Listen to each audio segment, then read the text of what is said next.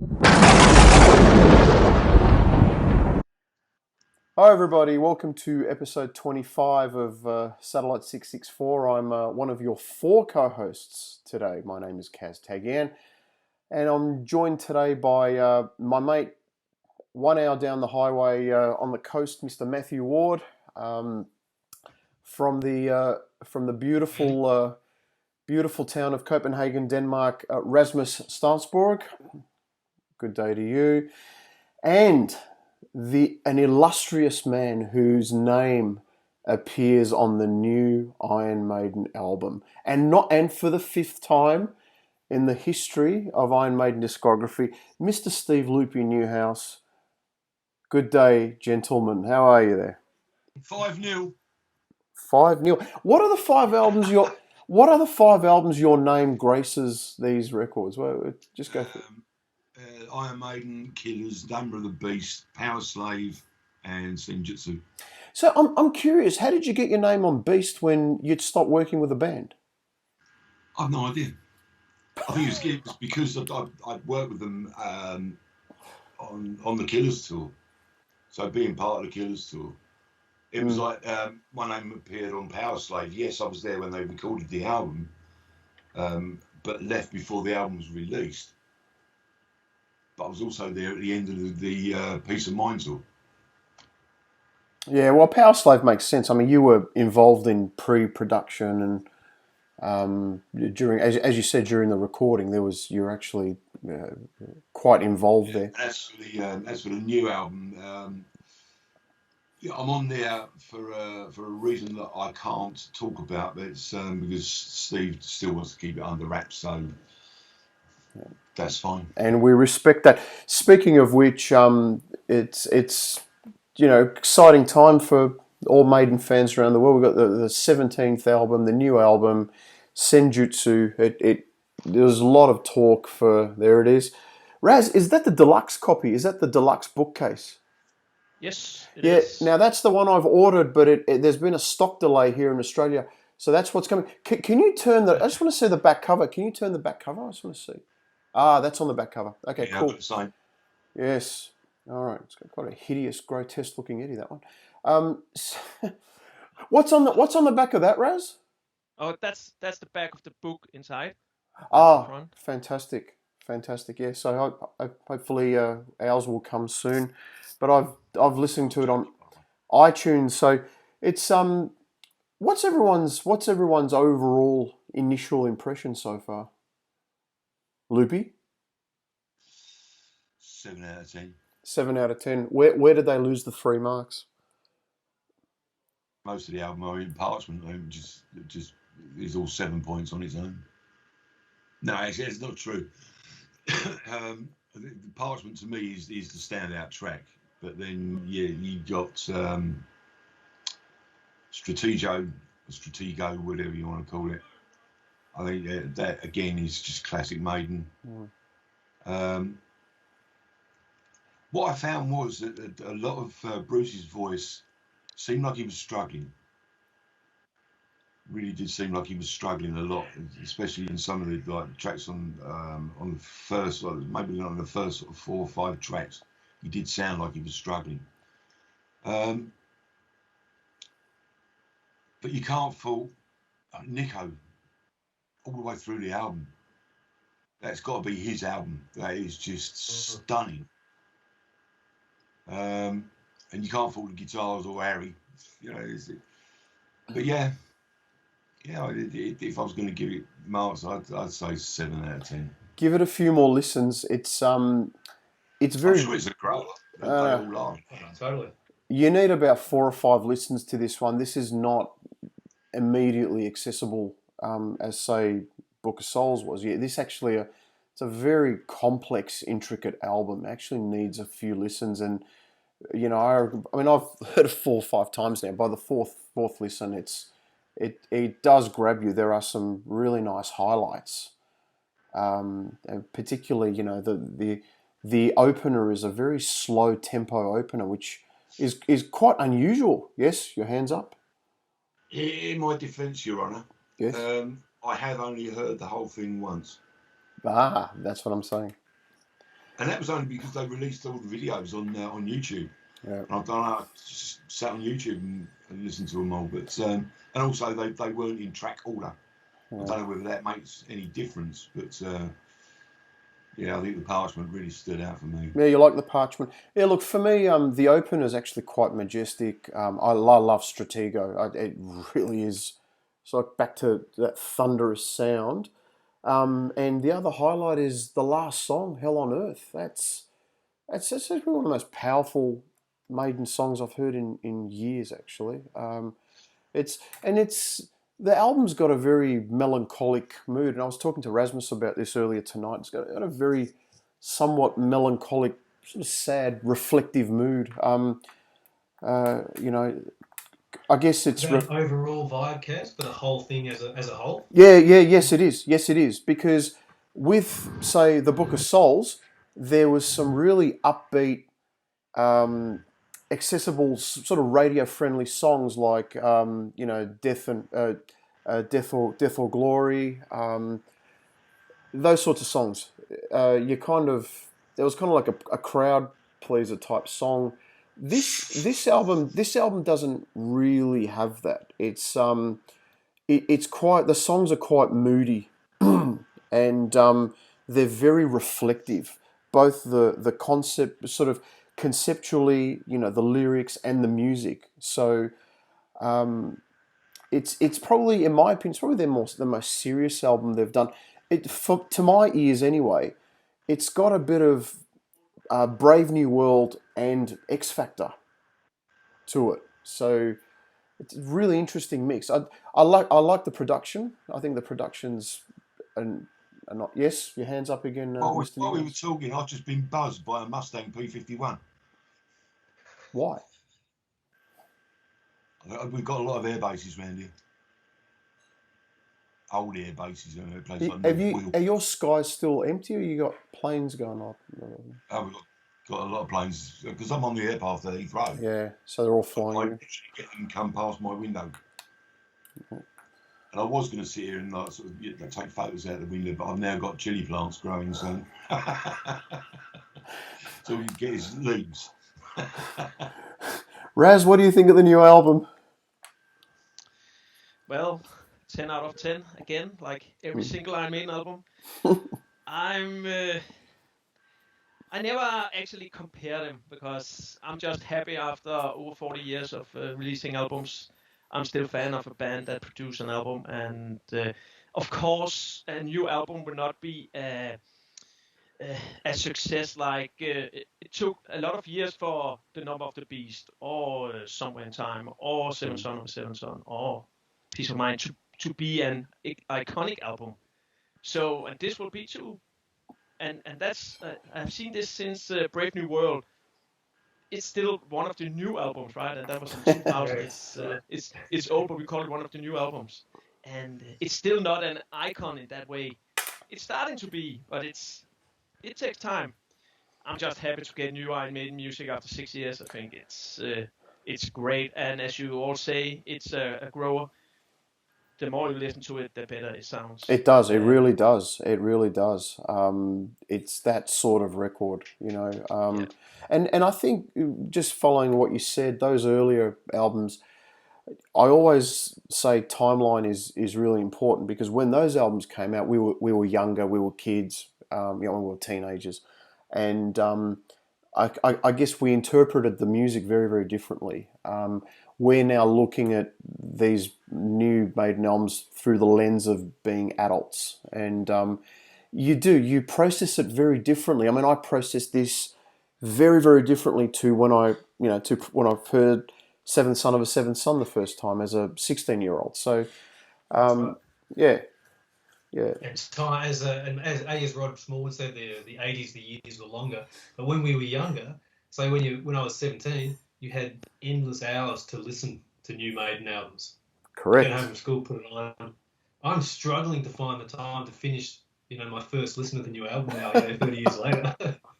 Spare time is just so hard to find, Well, this is the thing. It's sorry. No, go on, mate.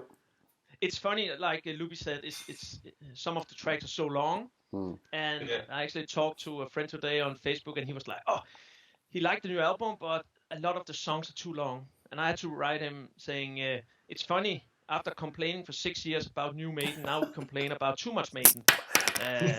What what's going That's on?" the thing. Like new music is always going to make people. There's always going to be divisive. People are going to first listen, love it, hate it, whatever. But remember, like Seventh Son came out, and the Americans didn't appreciate it at the time. But over the years later, Yeah, it's true. they cottoned on. That's true, and that's why it takes time to get into it. It takes time. Yeah, it does, and that's why I'm just so appreciative of new music, because for the last 2.5 years there's been talk and speculation. Were they in the studio? Were they not in the studio? What were they doing in Paris? All this, and to actually get this new music now, it's almost, so you almost got to pinch yourself that we actually have a new Iron Maiden album. And the other thing too, I don't know if you guys have given thought to this. Listening to the sounds, this music that we listen to is actually over 2.5 years old, and it came from a time when the world was very different to what it is now. I find that very, very surreal, actually, because when they recorded it, everything was just so different. So they were also ahead of their time, because they released a track way back called Virus. So just something. Yeah, look, I agree with Rasmus. I think, like most albums, that this one will age beautifully, like fine wine. And let's see what the plans are for next year and beyond, I guess. So, but yeah, grateful. We don't do in-depth reviews on this show about albums, because everyone's got ears. They'll listen to it, make up their own minds. Give it another few years, we'll pick it apart, like the same as we did with all the others. Well, that's different. No. We usually pick it apart from a historical perspective, and go through all the Hey, give it 5 years, yeah. Yeah, 5. Will we still be doing the podcast in 5 years? We should be up to episode 200. Because then this will be the last 5th album from Iron Maiden. They're starting picking up this again, releasing one album a year. Yeah, I will say. Yes, well, I will say one of my favourite tracks is that Hell on Earth, and those three guitarists, honestly, the work that those three guitarists do together on that song is unbelievable. They're getting, I mean, a guy like Adrian Smith is playing better than he ever played. He's the melody, the feel for the music, the feel for the song. Davey's solos are amazing. Yannick Gers, actually, I mean, the criticism he's copped is he plays very randomly, very sort of all over the place, legato style, but which I don't really agree with, but because I think he's a great guitar player. But Yannick Gers' solos on this album are very well structured, very well thought out. As a guitar lover, I just think this is a very guitar orientated album. I really appreciate it. So. But anyway, as time goes on, hey, you're not going to analyse it, though. No, we're not going to analyse. We're not analysing it. All right, look. Let's just do what we're going to do, right? Because we've been planning this show for a very long time. This is the viewers' question episode. many moons ago, we threw out a whole bunch and a call for viewers to submit their questions, and they did. They gave us a whole lot of questions, and in there almost tens. Well, they were. Yeah, there was easily about 20, 30 questions. So we divided them, we itemized them, divided them, and some of them are very specific. There were Loopy, only you can answer them, or Matt, only you can answer them. Others are general. We can all sort of jump in and see how we go. So there's no structure, there's no rules. We just keep going. Look, I've only got the one question, so I'll go first. As everyone knows, I'm a poster collector. So the question I've got is regarding what's this here? What is the best way to preserve posters? Okay, so Matt and I have spoken about this before. Poster collecting is a pain in the ass. It really is, and I know you know this too, Raz. To collect posters, you need a lot of space, a lot of real estate. And not a lot of us have that, and in particular, if you go deep, because poster collecting is a deep rabbit hole, and particularly if you collect promo posters, record promos, gig promos, that it just never ends. So you end up with a very large collection. You end up with more posters than you have space for. So storage becomes an issue. Now, the worst way to store posters is to let them rot in tubes, because those cardboard tubes have a high concentration of acid, and over time it leads to deterioration, yellowing, because of exposure to moisture, and the cardboard itself is actually has a high concentration of acid. So really, from my discussions with sort of poster collectors and people like that, is frame them with a matte board, but framing can get very, very expensive as well. Okay, so really the best way to preserve a poster would be to place it inside a mylar sleeve, and we like to use mylar because it's inert. So it's actually, we're going to do a bit of a chemistry lesson here as well, right? So because mylar, also known as polyethylene, is an inert substance, okay? So if the poster comes into contact with moisture, molds, mildew, even oxygen over time, the mylar plastic sleeve protects the poster. And behind the poster, usually put like a large acid-free board, and acid-free obviously because it keeps the acid away from the poster and prevents degradation. So that's sort of how you do it. The other thing you shouldn't do is keep the posters in direct sunlight for obvious reasons, that they fade. So that's. I'm glad you kept that short, Kaz. Why is that? Glad you kept that short. Well, I used to fall asleep a lot in class. Really? Well, it's science. I like science. I'm a science-minded person, but to me, science is space rockets. I'll watch a space rocket all day long, but talk about it, it's like, you know what I mean? Come on, mate. You understood all of that in detail, didn't you?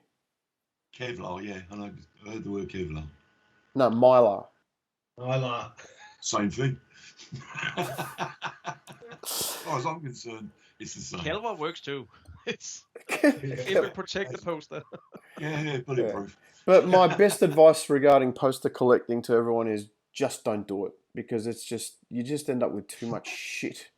You just end up with too much stuff, and you've got no real estate, and it's just a disaster. And you end up having a storage full of poster tubes, and just don't do it. So space under your bed very quickly.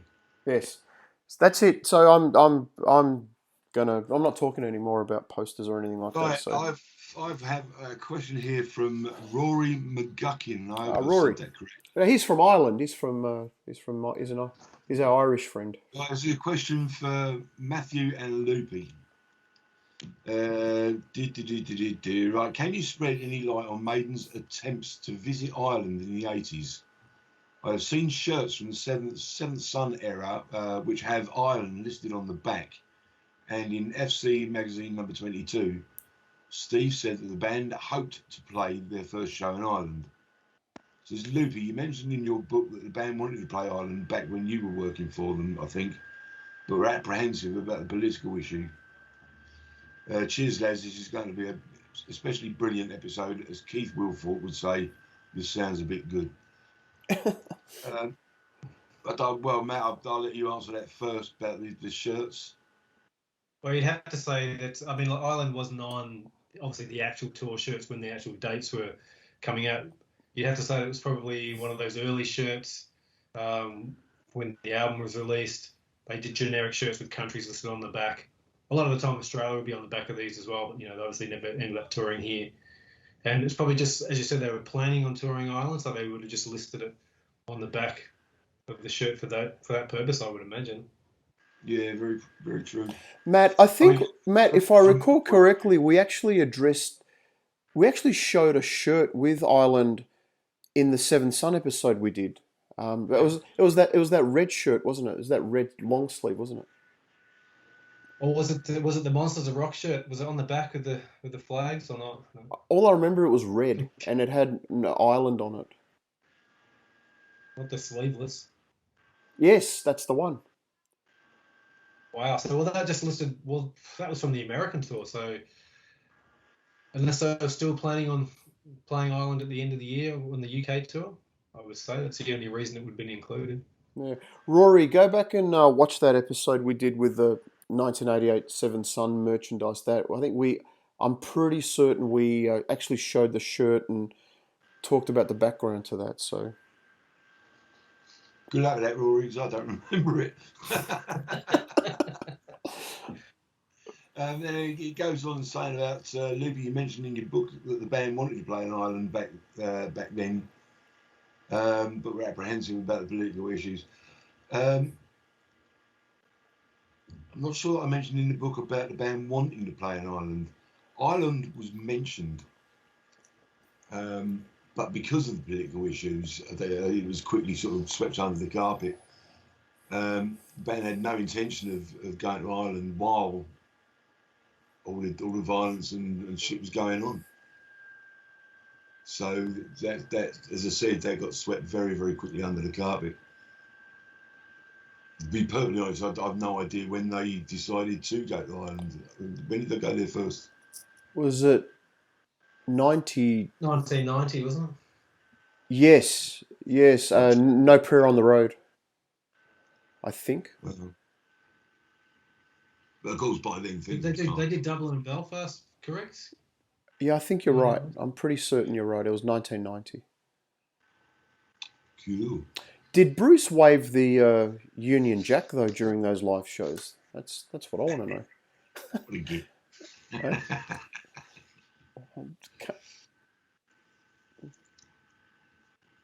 didn't even know they played there. I don't know. seem to remember when I was there in.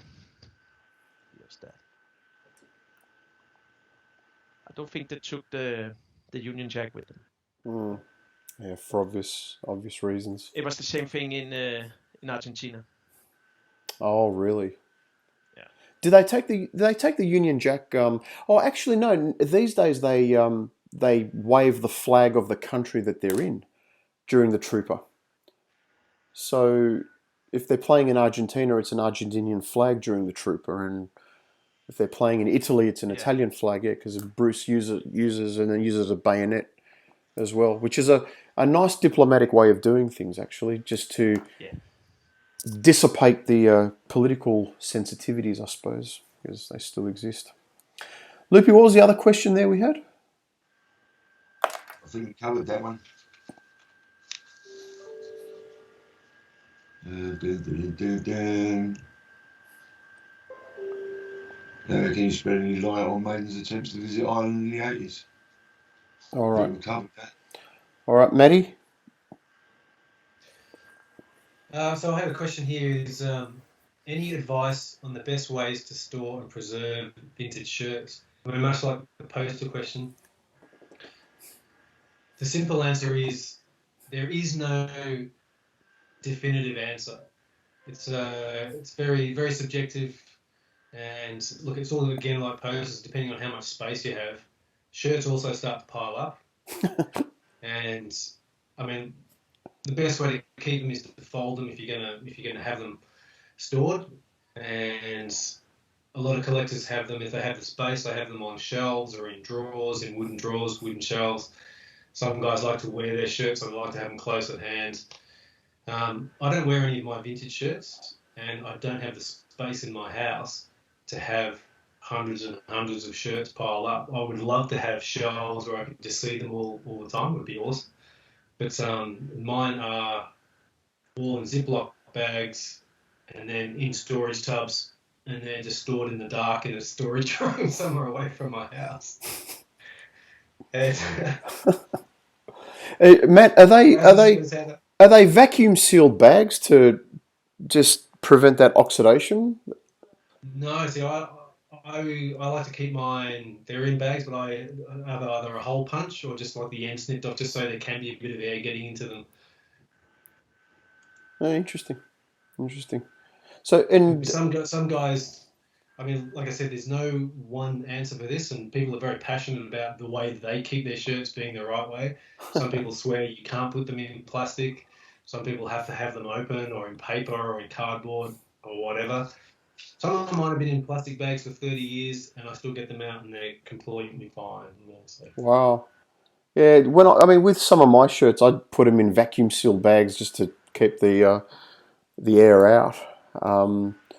I mean, I don't know how valid that is, but like you said, there's a very go on, Raz. What do you want to say? It also has something to do with where you live in the world. Yes, of It course. depends on the weather a lot, That's right. both the posters and the shirts. But also, yesterday I talked to some guys who have problems with the plastic trooper bottles. I have never had any problems with that, but some people who live in certain countries, they will start to shrink Oh the wow. plastic bottles. And so it really depends where you live in the world, how you have to take care of your items. That's right. I know. I mean, look, we get a lot of fluctuation in humidity over here. Mm. And the other thing I've had in a number of the houses I've lived in is we've had problems with moths getting in, and like just general t-shirts and stuff hanging in the closet come out with holes and things, and for that reason was one of the main reasons I had to get the stuff out of here and just put it in the storage places are more climate controlled. That's right. Humidity controlled. It's just cool and it's dark and it's pretty set, which is good. That's right. Yeah, most of my stuff's in a locker, a large. So, Matt, you have not displayed any of your shirts? Not displayed. I mean, when I first started collecting, I used to have them hanging in the wardrobe until they got too many. And then when I first discovered moths in the place, it's like I've got to get them out of here. And so displaying shirts is a sort of edging on it. There was another question about best way to display shirts, and I mean, there's a number of options. Problem the thing with shirts is a lot of the really good ones are two-sided. So if you're going to have it up somewhere, you're really going to be stuck with the one side, unless you've got mannequins or something, Raz, so you can sort of have them like standing on a human sort of figure in the room, which is pretty awesome. Yeah. I think I know some companies make shirt frames, so they're like square frames with little arm sections hanging out, so you can have a shirt, framed. I don't know. I think that it looks a bit naff, if you ask me. And again, you're sort of stuck with just the one side. So yeah, it's a tough one. Then you need those glass frames where you can see both sides. But then you have to hang them in the middle of the room, and it's not easy. Raz, I've seen from videos you've sent me. You actually hang yours like on a little rack. Is that how you do it? Yeah, but I'm lucky with the weather here. I can just hang them inside the house, and they will not get destroyed. And so I just hang them, and then if people want to see the backside, I can take them down right away and show them and talk about them. And I only do it with a few shirts. It's like posters; they take up a lot of space. And I don't collect shirts, but I still have hundreds and some really cool ones that I want to display. So it's really hard. Yeah. I have one drawer that has all my Maiden shirts from over the last 2 tours. That is it. It's just one drawer. We're talking that big, that deep, that deep. Yeah. It's probably about 20 shirts, and I rotate them. So what I do is I wear a shirt, put it in the wash. My missus will wash the shirts, and I put them at the bottom of the pile, put the other stuff on top. So I just keep rotating. That's a good thing with Matt, because if he starts now, he has shirts for the rest of his life, and he will never wear the same one twice. That's right. How many are you up to now, Matt? Look, I think I'm just over 600. Jeez. But that's just from the first 12 years now. So. Yes. Now you've parted ways with 1993. What was that? What happened there? I don't know. Look, I think I was talking to Raz on Facebook, and for a long time, 1993 has kind of been an iffy year for me shirt-wise.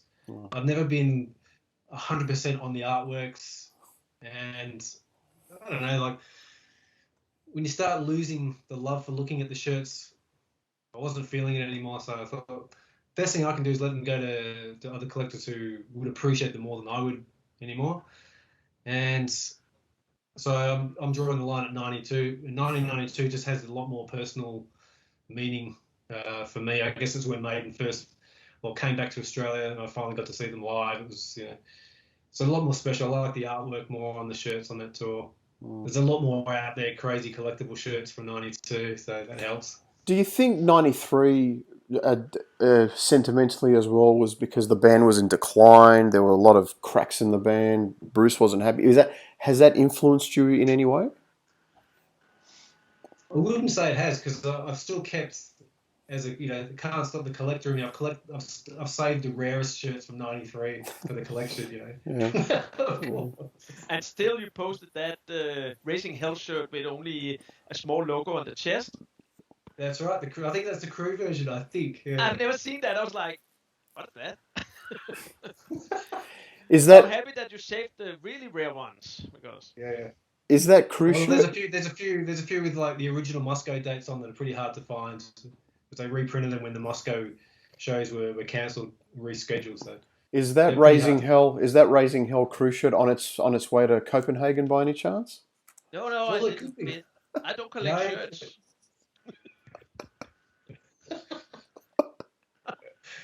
I collect other stuff from Racing Hell show, so it takes up a lot of space. I can imagine. How good's the speaker stack? Fantastic, though. That is fun. Well, I think it's fun. Yeah. The girl I live with don't think that. Especially when the rabbits keep popping out of hats.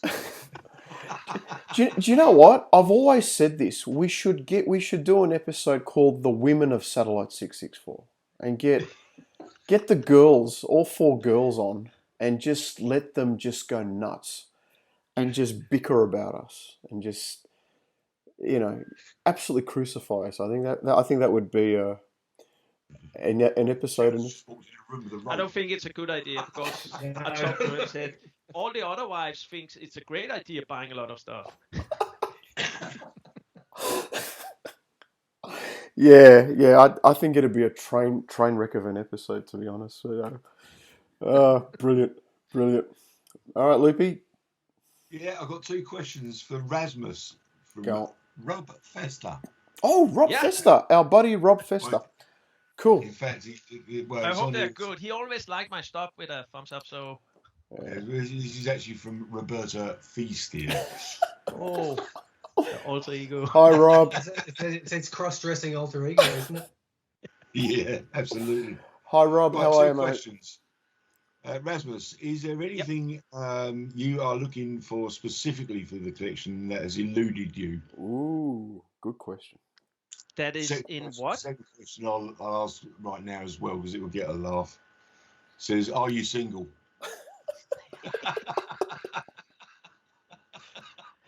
I'm not single. And I knew that. And if I should turn up single, I will also be happy, because then I get more space in the house for framing stuff. So it's a win-win sometimes. And the first question was? Is there anything you're looking for in particular? Well, yes, there. Of course, original Dick Riggs art is really something I'm after, and original stage 1 Eddie masks. That's the 2 things I'm looking for the most. Are there any that still exist out in the world, though, of the masks? That's the problem. I reckon. Yeah. We don't know, but there is. We know Rod has some at his office, and we did know there was one in Eddie's bar in Portugal, but that got destroyed. But so some are out there, but never say never. That's right. It's the hope. That's what keeps driving us to find them. That's what keeps you going. I mean, those masks that myself and Dave Lights wore at Reading in 1980, I have absolutely no idea what happened to those. People keep asking, and I keep getting the same answer. I do not know. I have no idea. I'm assuming that Rod had them, kept them. He has some. I know one of those ones. I think one ended up was it Masahito in Japan? They gave one to him, and I think I've got photos of another guy in the States who they gave one to, just a fan. Yeah. And there's a photo with him back at his house holding it up. It must have been at least 6. Yeah. I think 10 were made. Yeah.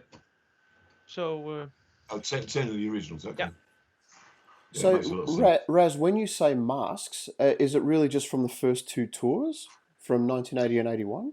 Or are you referring to the there's walk? actually there's also a piece of mind mask made that we see in the tour book where Oh, Rod is standing with it. But it's it could be that one also.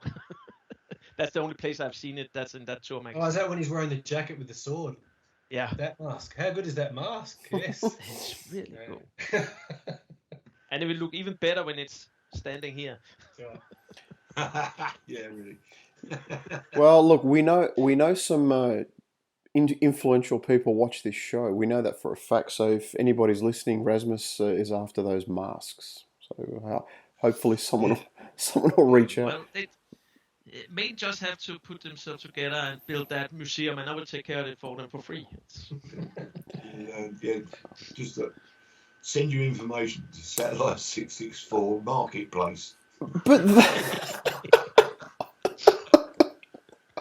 But you know what? That may become a reality. I mean, when the band retires, watch all these things, these items just surface. Because I know you're into the more high end stuff, and things are going to surface, and you'll be surprised what you find. But what is high end stuff? For some, it's the shirts. For some, it's the rare vinyls. This is true. There's so many collectors who collect different types of items out there, and this is that's very also true. the charm about collecting, right? It's absolutely. So we've got masks for you, mate. Matt, what are you after, mate? What's eluded you that you're after? A Texas 1982 white sleeveless and the yellow sweatshirt of the same. I thought you had the yellow. It's been on the top of my list for years and years and years. I've only ever seen the one picture of it, so it's somewhere. It's out there somewhere. Okay, so you don't know the owner? Don't know who owns it. No. It'll come. It'll come. Put it out there to the universe, and it'll come. Well, it will now. Now that we're spreading the word, you see. Someone's got to have it. Someone out there's got this stuff, and someone's sitting there right now going, "Do you know what? I've had that in the bottom of my wardrobe for 50 bloody years, and I've no idea what I was going to do with it." 50. All right.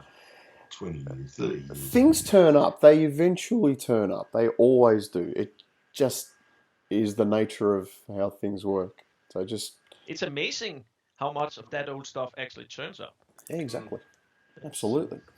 And it's usually somebody, like Loopy said, somebody's just cleaning out their garage one day, going through some old boxes, and they find these stuff. It doesn't really mean anything to them, and then they put it on the marketplace, and you got a bunch of... I want to be there in 20 years when somebody unfolds that airplane from the stage show now and say, "Oh, I'm going to sell that on eBay." Yeah, well, it will happen. You'll... No. The one you want is Icarus, the inflatable Icarus. That one too. I'm not picky when it comes to stuff from the stage show. Even some of the bad ones. Like what? Which ones are the bad ones? I don't know. I was not too keen about the big Wicker Man. Oh, okay, yeah. So, but yeah. I could still see it standing in my garden. So. In the garden, doesn't the weather and the elements and the rain and things like that ruin it? It's a Wicker Man. It's built to stay outside until you burn it. So. Oh, we're gonna. Oh, brilliant. What about the piece of mine head in Steve's driveway? Yeah. Any recent footage or photos of that? Like, how's that stood up to the test of time in the elements, you know? Last time it's I was under there, a tree, right? Yeah. 2.5 years. It's just under a tree. Yeah.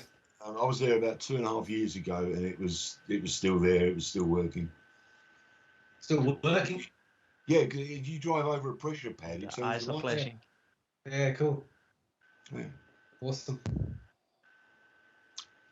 Brilliant. Yes. Let's go. Loopy, next one. This is a question from Rob Doran. Oh, Rob Duran, yeah. Now, Rob, I believe, runs the Iron Maiden fans and collectors Facebook page. Okay, well, this is basically it's a question to everybody. Yep. Hi, Rob. If you could influence the band to release a product of your choice, Ooh. what would it be? In other words, what would you be most interested to see released? Jeez. I've not even thought about that. See, we don't. This is the thing. We don't rehearse this. We just put the questions out and. So, like from a t-shirt perspective, I would influence them to use Damien O'Hara stuff from Fantasy T-shirts. If anyone's seen his Facebook page, yeah, Fantasy T-shirts. yeah. If they would just print, a range of his designs, I would be more than happy. If anyone who doesn't know, then he's taken existing Maiden artworks, Yeah. obscure Derek Riggs artworks, and just tweaked them into new designs that look perfect on a T-shirt. Raz, what would you like to see the band make, mate? Oh, it's a hard one because I collect in so many different areas that, yeah, I think they could put out some awesome box sets. Maybe even use that original idea that Eddie's Archives was supposed to be an Iron Maiden, like the torture device, and actually make that torture device with all the CDs, or even make it bigger with all the LPs. I see some really crazy big box sets from Kiss or other bands, and if Maiden was going that direction, like doing a big box set with all the vinyls and make it like a real Iron Maiden, I think that could be very interesting. Yeah, really good point, Raz. Really, really good point. I was actually thinking, Do you think that might be a bit over top for Maiden fans? why would it be? Why would it be, Loopy? As opposed to like 20 different versions of the new album. But it's funny now with the new fan club box set. Everybody complained, but in a few days it was sold out, right? And maybe it will be for some collectors only, but I'm pretty sure it will sell. Yeah, it will. Yeah. I mean, like I know I got a mate in Perth who's got all the Motorhead did them as well for all the early Motorhead albums, and they're amazing products. Yeah. Maiden with all their artwork and stuff will kill it. Awesome. Yeah. I actually agree with you, Raz. I would even go a step further as a bootleg collector. What I would actually like to see is an uncirculated show. So, for example, we've had the 40th anniversary of the first album. We got a picture disc. This year's the 40th anniversary of Killers. We didn't really get anything. And all these other anniversaries, sort of 35th anniversary of Power Slave, whatever, really didn't get a whole lot, or we didn't get anything at all. What I would like to do, like you said, actually, is the way that Metallica and Kiss celebrate, some of their classic releases with a deluxe package. So,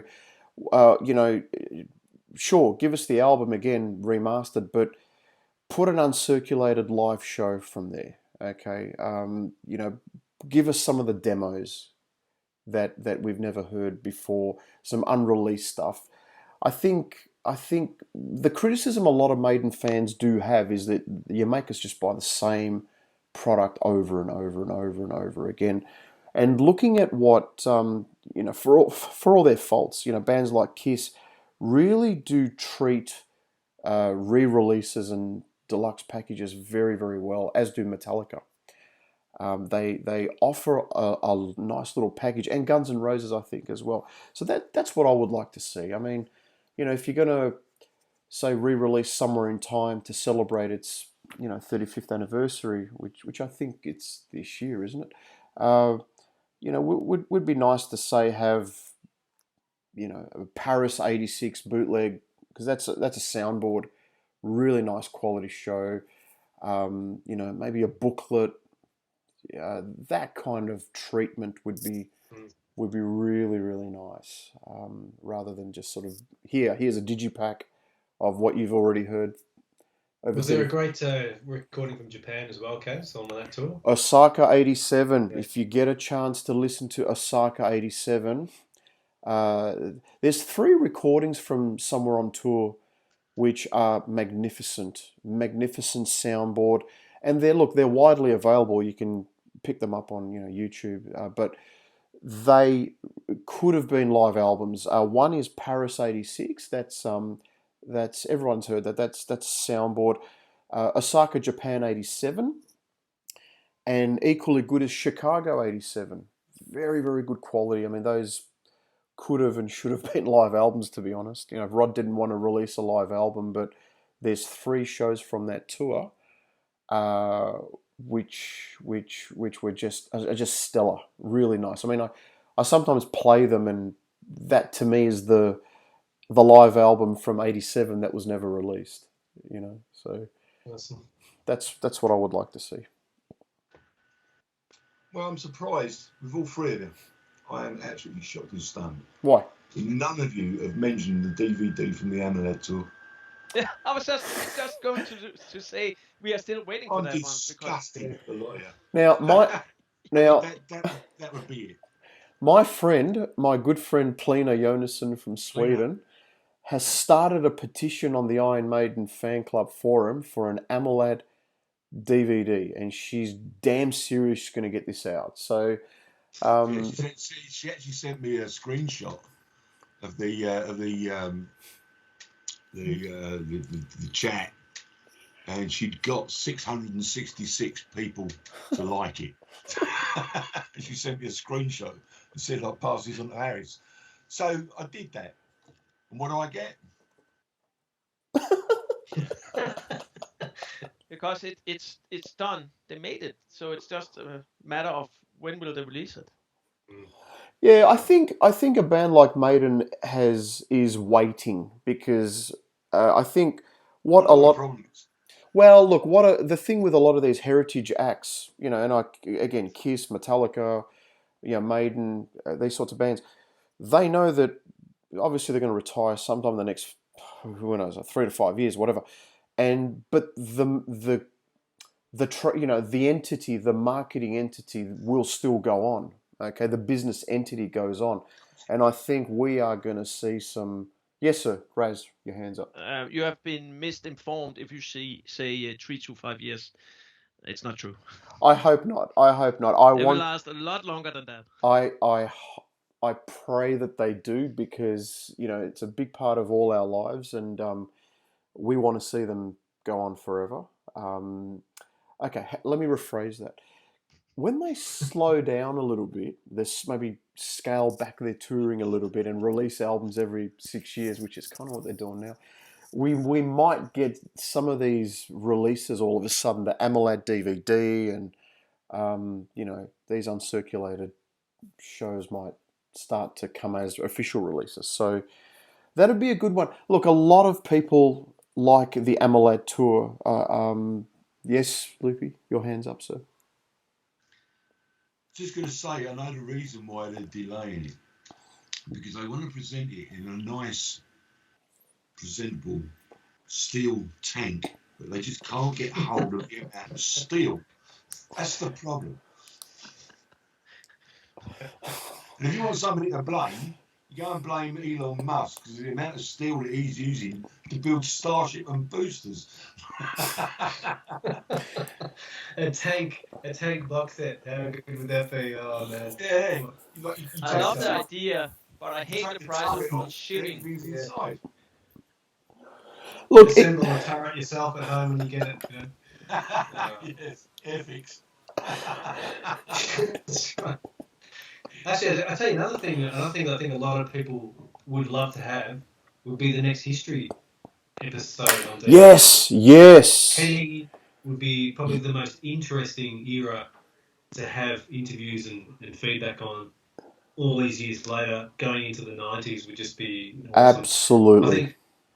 I don't know. We've spoken about Kaz that the last history episode, I don't know, it felt a little bit rushed. They kind of just rushed through it and ended it. quickly, Adrian left, whatever. The songs were being played too fast, and that was it. It's like, whoa, you know. Yeah, I agree. So they've not done a history since there were 6 of them. No, look, history one, which sort of focused on the very beginning right up until 83, was very in depth, very very meticulously done. Sounds a bit loud. Very meticulously done, and it went for I don't know, hour and a half or something like that. Then history two was 1984-85. So you had an entire hour just on 1984-85. Again, very thorough, very well done. And then 1986, 87, 88. So you're looking at the band at the pinnacle of their success in the 80s. I mean, culminated in their finest hour, really, Seven Sun era. That was rushed. That was like a 40-minute rush job where the style of the interviews were just so slapped together, which I found really disappointing because, I mean, that's my favourite era of the band and a very important one too. And yet, just quickly, just 39 minutes, 40 minutes. That was it. And I agree with Matt. This is something, again, we've all discussed on the forum. A history part 4 is essential because 1990 up to 1999, I think, is a fascinating, intriguing era of the band because up until, I think, again, I don't know what everybody else thinks, but I think that classic era of the band, the end of it, the very end of it, was Fear of the Dark. I mean, that was, you would say, the final page or the last chapter of that classic era of Iron Maiden's career. And then you go into a period of decline.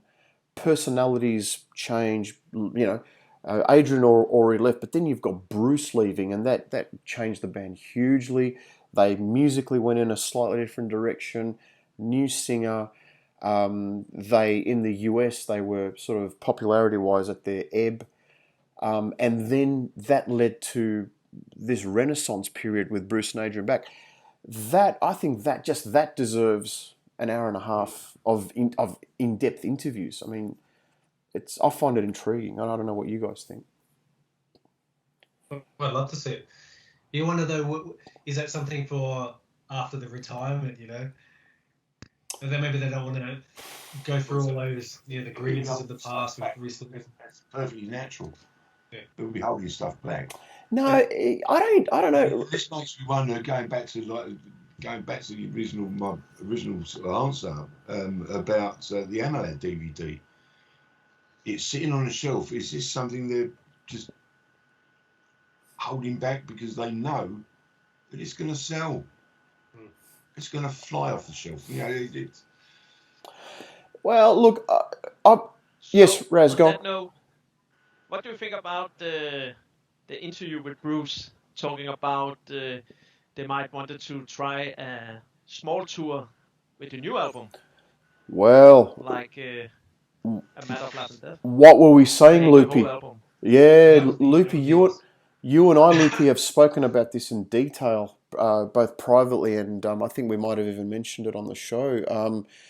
The circumstances, the current climate in the world, really preclude them from doing huge shows, full stop, in most parts of the world. So it stands to reason that they scale back to what they were doing in the 80s, and that is smaller theatre type shows, smaller shows in theatres, 4,000 seaters, 4,000, 5,000 seaters.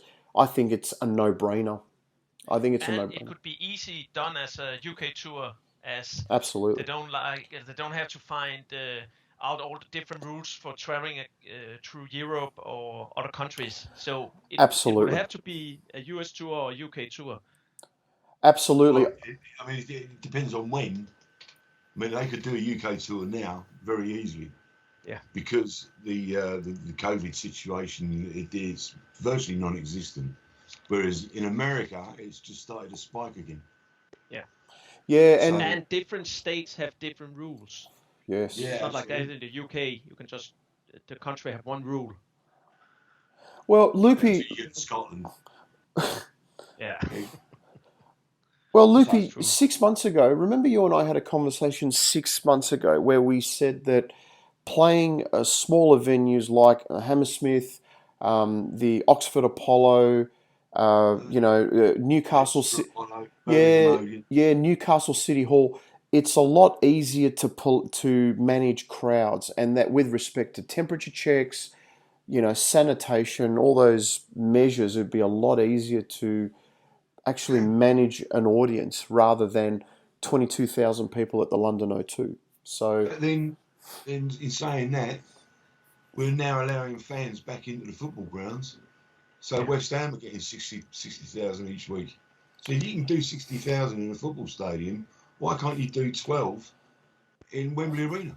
it ebbs and flows. Look, you're right. I think it ebbs and flows. I mean, a few months ago, I was sitting here saying that, well, we have gone completely back to normal here in Australia. We're getting 80,000 crowds at the football, no masks, everyone's free. And now I'm talking to you from the world's most locked down city. Okay, we've gone Yes, 300. I heard that Sydney's in lockdown, yeah. Oh, Sydney's a mess. So I went from a few months ago thinking we were normal to being just, under complete lockdown. So I think it ebbs and flows, and the US are having concerts again, big crowds, but we're seeing a spike in cases, which is probably going to escalate again. It, I don't know how you're going to manage this, but I definitely think I agree with Rasmus, and again, it underpins what you and I have spoken about before, that the future, like sustained touring, is going to be more sustainable in smaller gatherings for the foreseeable future, anyway. What's the because we know Harris's British line is supporting the Darkness. Is that tour still going on later in the year in the UK? What's the size of those venues they're playing? They are very, very small. They're small, are they? Yeah, I mean, I'm going to show in Guildford, and I was there many, many, many years ago, Guildford Guildhall with Maiden. Yeah. And capacity is around about 1,000. Yeah. So yeah, it's small. In comparison to like Hammersmith Odeon, it's tiny. So yeah, about 1,000 people. And as far as I know, it's still going ahead. I mean, I've not heard anything saying that it's been pulled. So I mean, imagine the Senjutsu tour at Hammersmith. Imagine, Senjutsu at Oxford Apollo, just like the old days. Much more intimate, theatre setting, and this album, played from start to finish, has a very epic sort of theatrical, or it lends itself to a very theatrical presentation. I think it would be great. I think it'd be really by circumstance, it'd actually work out really well to do tours in um, smaller venues again. I mean, We talked about it at the release party yesterday, and some were like, "Yeah, a lot of fans want to see the the big Iron Maiden tracks, right? They don't want to hear a whole album, but it's Iron Maiden. I'm pretty sure they will sell out whatever they play." Yeah, they will sell out. Look, I mean, I personally, we sort of hardcores, we would love to hear this album played back to back. Okay, because it's unique. It is a sort of album that you could do it. Um, personally, I've heard Run to the Hills and Trooper, you know, a lot of times, and just too many times. But the thing is, they don't tour for the 1%. They tour for the 99% who are really sort of more on a night out, sort of what we call Plus, they also tour for themselves. Oh, true. It's also about what do the band like to do on stage, right? And I'm That's pretty right. sure they would love playing the whole album. That's right. That's right. That's right. So I think they could do what they did on Amulet, is play the whole album, and then the encore section is just, a few of the classics, and everyone goes home happy, I suppose. So yeah. We always do when Maiden plays. So Of course. How long is Senjutsu? What, 80 minutes? 82 minutes. Okay, Is it- so you're is it talking an hour, what's it, 82 hour or and 20 88? 82. 82 minutes, I think. hour and 20 minutes. And then they'll do Number of the Beast, The Trooper, Iron Maiden. So that makes up an hour and a half, just over an hour and a half. Mm. And they go off. 5 minutes later, they come back on. Hallowed Be Thy Name. Two others. End Fear of the of. Dark. Fear of the Dark. Fear of the Dark will be in there. Fear of the Dark. Yeah. Fear They of the don't Dark. have to, but I'm pretty sure it will be They there. don't have to. No. Loopy, could you do me a favour? They Could you, could do that and make it up to 2 hours easy. of course. Yeah. Loopy, could you do me a favour? Could you message your mate, Mr. Harris, and ask him if they could play 22 Acacia Avenue, and let me know if you get a thumbs up like this. Let me know if you get this. That would make me happy because I still haven't heard that song live. And it's my favourite song in that catalogue. It really is. It always will be. So if I can get one of these from Mr. Harris, it'll make me happy. I'll see what I can do. Although